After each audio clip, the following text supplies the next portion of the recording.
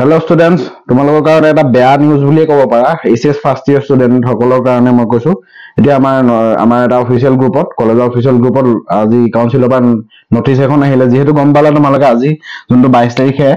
22/3/2025 ইয়াৰ যোনটো আজি যোনটো ইকনমিক্সৰ পেপাৰ হৈছিল ঠিক আছে ইকনমিক্স পেপাৰখন লিক হোৱা বুলি তোমালোকে গম পালা হেতু কিয় কিছুমান কলেজৰ মানে ধৰিলোৱা অন্যমনস্কৰ বাবে ধৰিলোৱা এই পেপাৰখন লিক হ'বলে পালে ঠিক আছে আজি ইকনমিক পেপাৰখন লিক হ'ল আৰু 21 তাৰিখে যোনটো চোৱা 21/3/2025 ঠিক আছে এই 21 তাৰিখে যোনটো মেথছৰ পেপাৰ হোৱাৰ কথা আছিল মেথছৰ পেপাৰখনো লিক হ'ল কিন্তু পৰীক্ষাটো হেকাৰণে কেনসেল কৰা হ'ল ঠিক আছে কেলে 21 তাৰিখে যোনটো পৰীক্ষা হ'ব লাগে তোমালোকৰ মই নটিচ যোনখন আছে নটিচখন মই স্ক্ৰিনত দি দিছো তোমালোকে স্ক্ৰিনত চাই ল'ব পাৰা নটিচখনত একচুয়ালি কি লিখা আছে যে মেথছৰ যেহেতু 21 তাৰিখে তোমাৰ এক্সামটো হোৱাৰ কথা আছিল ক্লাস 11 ঠিক আছে ক্লাস 11 ৰ মেথছৰ যোনটো 21 তাৰিখে এক্সাম হোৱাৰ কথা আছিল সেই এক্সামটো কেনসেল হ'ল কিহৰ কাৰণে কাৰণ পেপাৰ যেতিয়া তোমালোকৰ কি হয় পেপাৰ যেতিয়া ডিস্ট্ৰিবিউট কৰে ক্লাস ৰুমত মানে কি এক্সাম হলত তেতিয়া কি হ'ব পেপাৰ সেই যোনটো সিল থাকে সেই সিলটো ষ্টুডেন্টৰ ফ্ৰন্টত খুলিব লাগে কিছুমান কলেজে কি কৰিলে এই 21 তাৰিখৰ আগতে পেপাৰখন কি কৰিলে পেকেটটোৰ পৰা খুলি দিলে মানে নটিচখনে হেতু কথা লিখা আছে তো সেই কাৰণে পেপাৰখন লিক হোৱা বুলি সন্দেহ হ'ল যাৰ কাৰণে 21 তাৰিখৰ যোনটো মেথছৰ এক্সাম আছিল হেতু অনিৰ্দিষ্ট কাললৈ বন্ধ কৰি দিলে বুলি নটিচ প্ৰথমতে আহিছিল আজি আকৌ ইকনমিক্সৰ পেপাৰখন লিক হৈ গ'ল সেই কাৰণে ফাইনেল আমাক এটা নটিচ এখন দিছে নটিচখন তোমালোকে স্ক্ৰিনত দেখিছা 24 তাৰিখৰ পৰা 29 তাৰিখলৈকে যিমানখিনি এক্সাম আছিল আৰ্ট সায়েন্স কমাৰ্চ যিমানখিনি এক্সাম আছিল গোটেইখিনি এক্সাম কি কৰা হ'ল কেনসেল কৰা হ'ল সব এক্সাম কেনসেল কৰা হ'ল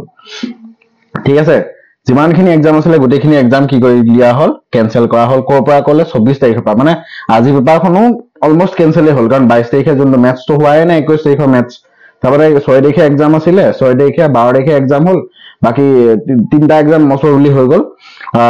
আৰু 21 তাৰিখৰ এক্সামটো নহল 21 তাৰিখৰটো কেনসেল হ'ল আজি 22 তাৰিখৰ যেহেতু পেপাৰ লিক হ'ল হেখনো কেনসেল হ'ল 24 তাৰিখৰ পৰা 29 তাৰিখলৈকে যিমানখিনি তোমাৰ ফাৰ্ষ্ট ইয়াৰ এক্সাম আছিল গোটেইখিনি এক্সামে কেনসেল হ'ল এতিয়া ৰিজাল্ট কেনেকৈ ঘোষণা হ'ব সেই কাৰণে আমাৰ এই অহা নেক্সট উইকৰ স্যাটাৰডে ঠিক আছে অহা নেক্সট স্যাটাৰডে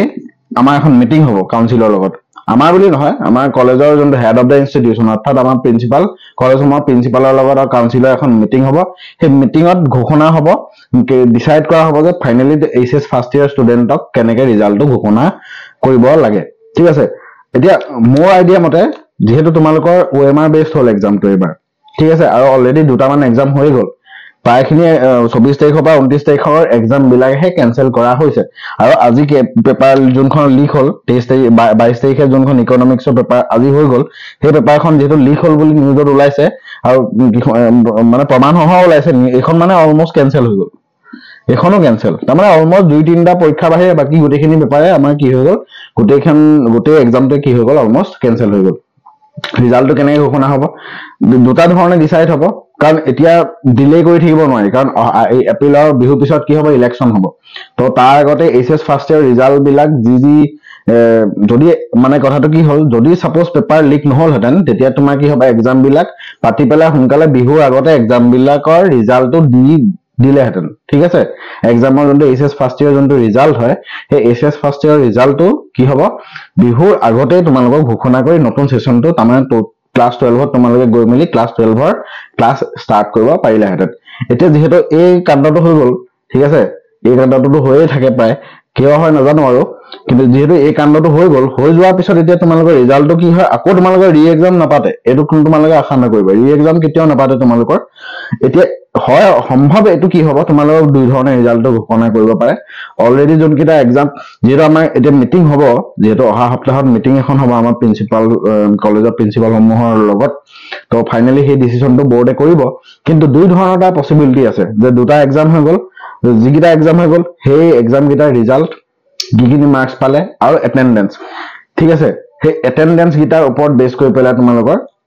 সম্ভৱ ৰিজাল্টটো ঘোষণা হ'ব পাৰে সেকেন্ড পইণ্টটো কি হয় সেকেন্ড পইণ্টটো হৈছে যে কলেজসমূহক ইনষ্টেণ্টলি এক্সাম কেইটামান যোনকেইটা এক্সাম থাকি গ'ল সম্ভৱ সেইকেইটা এক্সাম মই পচিবিলিটি কেইটা কৈ আছো ঠিক আছে সেই পচিবিলিটি কেইটাত আটাইতকৈ ইজিয়েষ্ট যোনটো ষ্টুডেণ্টৰ আটাইতকৈ যোনটো সুবিধা হয় সেইটোৱে বৰ্ডে ডিচাইড কৰিব তিনিটা পচিবিলিটি কম প্ৰথম পচিবিলিটি হৈছে যোনকেইটা এক্সাম তোমালোকৰ হৈ গ'ল প্লাছ তোমালোকৰ যোনবিলাক এটেণ্ডেঞ্চ সেই এটেণ্ডেঞ্চ বিলাক লগ লগাই পেলাই অভাৰঅল তোমালোকক সেইটো হিচাপত পাৰ্চেণ্টেজ দিয়া হ'ব পাৰে বৰ্ডৰ সেইটো ডিচিশ্যন হ'ব পাৰে ছেকেণ্ড ডিচিশ্যন যোনকেইটা এক্সাম তোমাৰ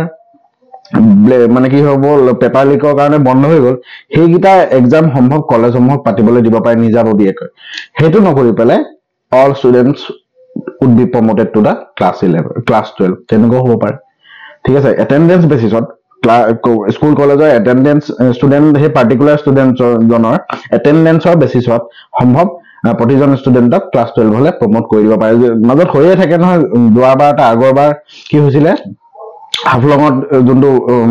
কি হৈছিলে লেণ্ডশ্লাইড হৈছিলে সেইটো কাৰণে সব ষ্টুডেণ্টকে প্ৰমোট কৰি দিছিলে ক্লাছ 12 লৈকে এবাৰো তেনেকুৱাই হ'ব মোৰ মতে আলটিমেটলি মোৰ এনেকুৱাই লাগিছে যে আলটিমেটলি যিমান ক্লাছ 11 ষ্টুডেণ্ট আছে গোটেইখিনি ষ্টুডেণ্টক ক্লাছ 12 হলে আলটিমেটলি প্ৰমোট কৰি দিব তেনেকুৱাই হ'বগে শেষত গৈ তোমালোকে চাই থাকিবা আৰু নহলে এবাৰ কিবা যদি চেঞ্জ কৰে চেঞ্জ এটোৱে কৰিব পাৰে সম্ভৱ বাকি ৰিমেইনিং এক্সাম খিনি কলেজ বিলাকক নিজে পাতিবলৈ দিব পাৰে তো হেতু বেচিছত কলেজকে নিজে ৰিজাল্ট মানে ৰিজাল্টটো ঘোষণা কৰিবলৈ দিব বা উলিয়াবলৈ দিব পাৰে তো নহলে এটেণ্ডেঞ্চৰ বেচিছত কি হ'ব all students should be promoted to the class 12 এটোৱে হ'ব পাৰে ঠিক আছে নোটিছখন এইখিনি কথা ক'লোৱে ঠিক আছে লিক হোৱাৰ কাৰণে তোমাৰ কি হ'ব 24 পৰা 29 লৈকে যিমানখিনি এক্সাম আছে কেনসেল হৈ গ'ল বৰ্ডে আমি মই নিউজ পালেই লগালগ তোমালোকক মই জনামেই তোমালোকে খালি টেলিগ্ৰামত জইন হৈ থাকিবা মানে কি হয় ক্লাছ 11 হওক ক্লাছ 10 হওক ক্লাছ 12 হওক বা বেলেগ ষ্টুডেণ্ট হওক তোমালোকে টেলিগ্ৰামটো জইন হৈ ল'বা কেলে মই ইম্পৰ্টেণ্ট নটিফিকেশ্যন পালে তোমালোকক মই টেলিগ্ৰামতে দি থাকিম তোমালোকে সেই টেলিগ্ৰামত থাকিলে এটলিষ্ট নিউজ বিলাক পাই থাকিবা আপডেটছ বিলাক পাই থাকিবা যেটো মই কলেজ এখনৰ লগত জড়িত হৈ আছো গতিকে আপডেট খিনি আমি সোনকালে পাওঁ বাকিখিনিৰ তুলনাত তো সেই কাৰণে মই তোমালোকক জনাই থাকিব পাৰিম সোনকালে তোমালোকে টেলিগ্ৰামত জইন হৈ থাকিবা বাৰু আৰু এইখিনি কথাই ক'লো পেপাৰ লিক কেলে হয় নাজানো আৰু অসমতে কেলে পেপাৰ লিক হয় ইমান নাজানো কিন্তু হেতু হ'ব নালাগে ঠিক আছে কাৰণ ষ্টুডেণ্টৰ টাইম নষ্ট হয় আৰু ইনষ্টিটিউট বিলাকৰ সময় নষ্ট হয় চৰকাৰৰ পইচা বহুত খৰচ হয় এইবিলাক অদৰকাৰী কামত পেপাৰ লিক হোৱাৰ লগে কাৰণ এটা পৰীক্ষা paper lakh lakh paper print কৰা ধেমালি নহয় বহুত খৰচ হয় এটো গতিকে ইমান খৰচ এনে অদৰকাৰী খৰচ এটা হৈ যায় গতিকে এইবিলাক হ'ব যিমান পাৰে বন্ধ হ'ব লাগে প্ৰথম কথা হ'ল হেতু আৰু তোমালোকে ওয়েট কৰা এটো কি ৰিজাল্ট দিয়ে মোৰ মানে তোমালোকে এটাই মই কৈছো যে all students should be promoted to class 12 এটোৱে হ'ব চাবা লাষ্টত গৈ পেলাই তো কি হয় দেখা যাওক তোমালোকে মন বেয়া নকৰিবা ভাল ফলাফল এটাই পাবা বা ভাল নিউজ এটাই পাবাগে তোমালোকে এটো তোমালোকৰ গাত দুখ নহয় যোনে কৰিছে তেওঁলোকৰ গাত দুখ হয় গতিকে ষ্টুডেণ্টৰ ভৱিষ্যতৰ লগত এনেকৈ খেলিব নালাগে এইখিনিয়ে ক'লো আৰু জয় অসম